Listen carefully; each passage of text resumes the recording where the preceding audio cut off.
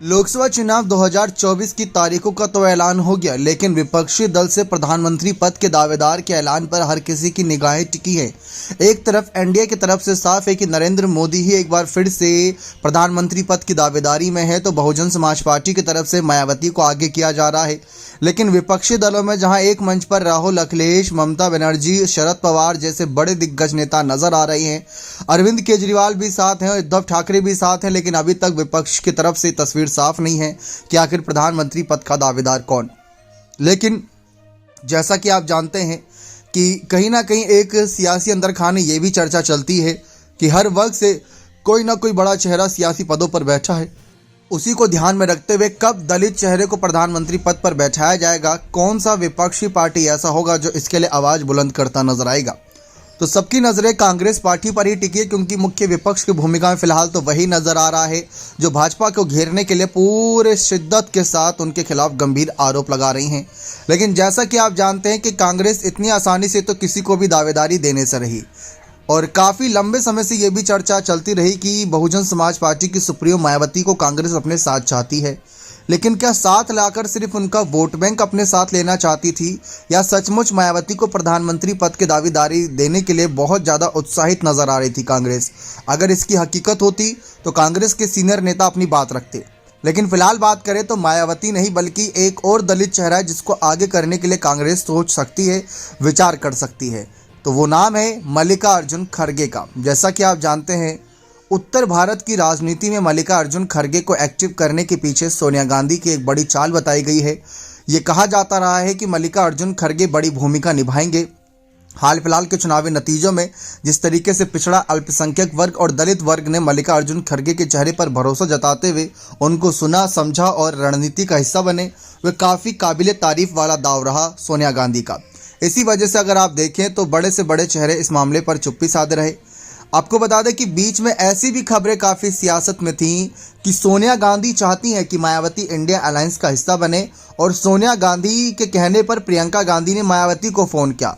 इस खबर की ना तो पुष्टि हुई, ना तो मायावती ने इस मामले पर कोई बात कही, ना तो प्रियंका गांधी ने कोई बात कही। लेकिन अगर सोनिया गांधी इतना ही उत्साहित थी तो मायावती को क्यों ठेस पहुंचाई थी? जैसा कि आप जानते हैं कि राजस्थान कांग्रेस में काफ़ी विधायकों को कांग्रेस पार्टी ने बसपा से इस्तीफा दिलाकर अपनी पार्टी में शामिल कराया था, करीब आधा दर्जन, और 2 बार ही ऐसा हुआ था।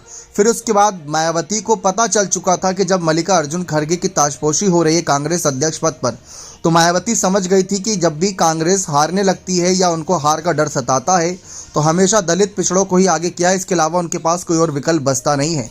उनके नाम पर अपनी राजनीतिक रोटियां सेकती हैं। मायावती ने यह मुद्दा तब भी उठाया था जब मल्लिकार्जुन खड़गे कांग्रेस अध्यक्ष पद के लिए शपथ ले रहे थे।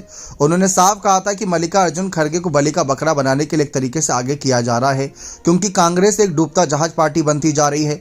तब मायावती ने खुलकर इसका विरोध किया था, क्योंकि उनको पता था कि कहीं ना कहीं दलित चेहरे को आय करना एक सियासी रणनीति का हिस्सा होगा। अब आप भी सोच रहे होंगे कि हम इतना दलित की क्यों ही बात कर रहे हैं, क्योंकि अगर हम सिर्फ एक ऐसे राज्य की बात करें जहां से दिल्ली की सियासत तक का सफ़र तय करना आसान रहता है, वह है उत्तर प्रदेश। और उत्तर प्रदेश की अगर हम बात करें तो उत्तर प्रदेश में दलित मतदाताओं की संख्या ही 22% है। 22%, जो कि बहुत बड़ी निर्णायक भूमिका निभाते हैं। और इसके साथ साथ मुस्लिम मतदाताओं की संख्या 20% है। यानी ये जो 42% वोट बैंक है, इसको निशाना बनाने के लिए अखिलेश की समाजवादी पार्टी, कांग्रेस पार्टी और बहुजन समाज पार्टी, और पिछले कुछ अगर चुनाव में देखें तो बहुजन समाज वैसे तो सबको साथ लेकर चलता है, लेकिन खासकर इनका एमडी फैक्टर ही मजबूत रहा है, दलित और मुस्लिम। इस वजह से सोनिया गांधी का ये दाव देखकर मायावती ने भी सवाल खड़े किए थे।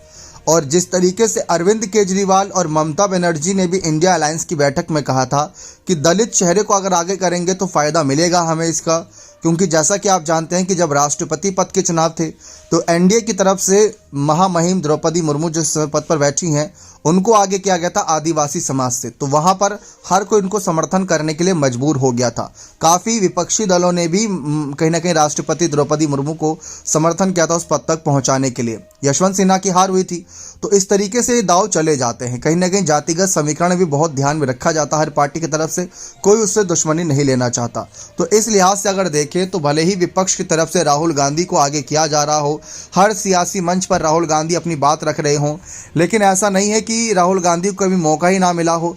राहुल गांधी 2 बार ही उतरे हैं, 2014 और 2019 में। दोनों बार हार का सामना करना पड़ा। 2019 में तो कांग्रेस के अध्यक्ष पद पर भी थे, तब भी पार्टी हार गई।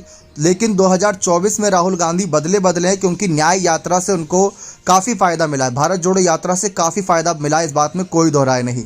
लेकिन जिस तरीके से राहुल की यात्रा रही, राहुल ने प्रधानमंत्री पद के लिए अपने आप की कभी दावेदारी नहीं रखी।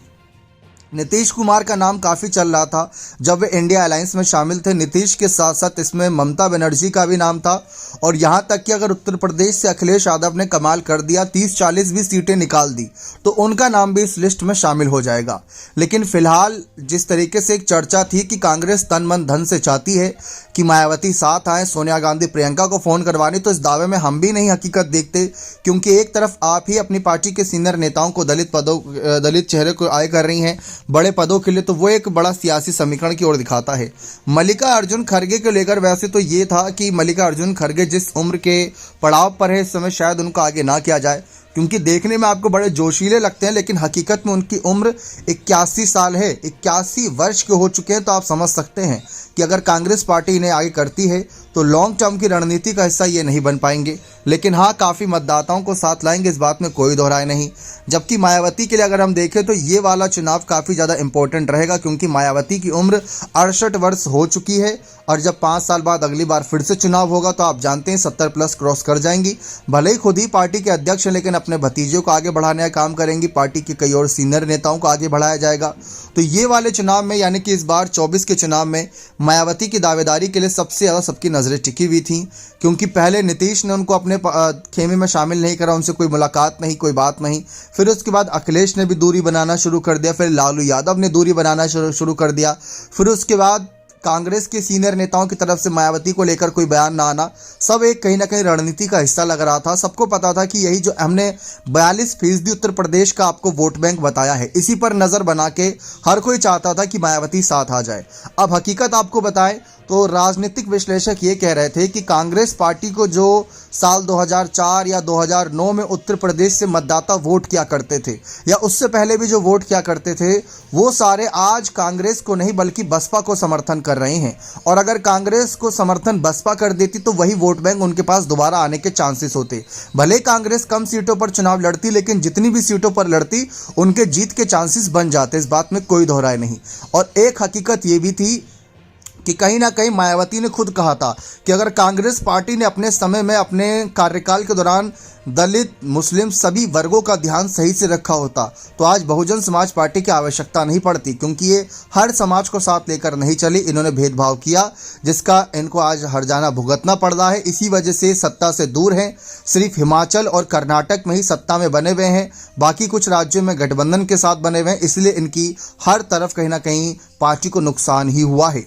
अब जिस तरीके से मायावती को लेकर रणनीतियाँ थी कि हाँ भाई आगे किया जा सकता है, एक महिला होंगी, ज़्यादा फायदा मिलेगा, क्योंकि शत्रुघ्न सिन्हा जो हैं, जानते होंगे आप, टीएमसी से ही सांसद हैं।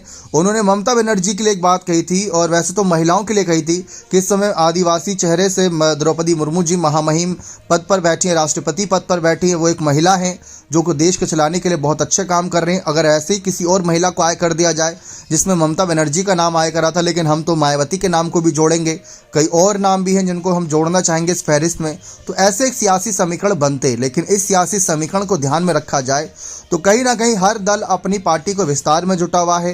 हर दल ये चाह रहा है कि इस चुनाव में किसी तरीके से अपनी साख बचा ली जाए।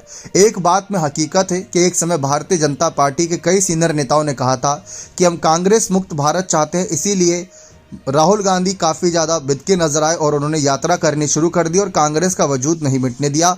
दूसरी तरफ विपक्ष को मिटाने की भी बात कर दी थी कि यानी कि कहा था, जेपी नड्डा के द्वारा ही कहा गया था कि देश में आने वाले वक्त में सिर्फ और सिर्फ भारतीय जनता पार्टी ही एक ऐसी पार्टी रहेगी जो कि देश को आगे बढ़ाने का काम करेगी। इससे कई पार्टियां आहत हुई थी, लेकिन खुले तौर पर सबने विरोध नहीं किया।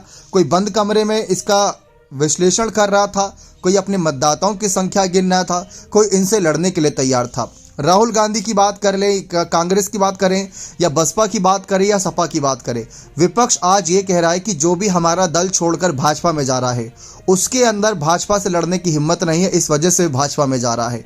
हाल ही में आपने देखा कि कुछ सांसद, जिसमें रितेश पांडे की बात कर लें जो कि अंबेडकर नगर सीट से बसपा सांसद थे, संगीता आजाद की बात कर ले जो बसपा की लालगंज सीट से सांसद थी, तो वो सब भाजपा में चले गए। तो क्या यह हकीकत है कि जो भाजपा से नहीं लड़ पा रहा वह पार्टियों का साथ छोड़ रहा है? ऐसे सपा के भी कई नेता हैं, कांग्रेस के भी कई नेता, कांग्रेस को बड़े लेवल पर नुकसान हुआ है। हकीकत ये थी, लेकिन पिछले चुनाव में मायावती की बसपा ने अच्छा प्रदर्शन किया था, 10 सीटें निकाली थी उत्तर प्रदेश से, भले ही गठबंधन में निकाली थी, लेकिन इस बार देखते हैं क्या कमाल करते हैं।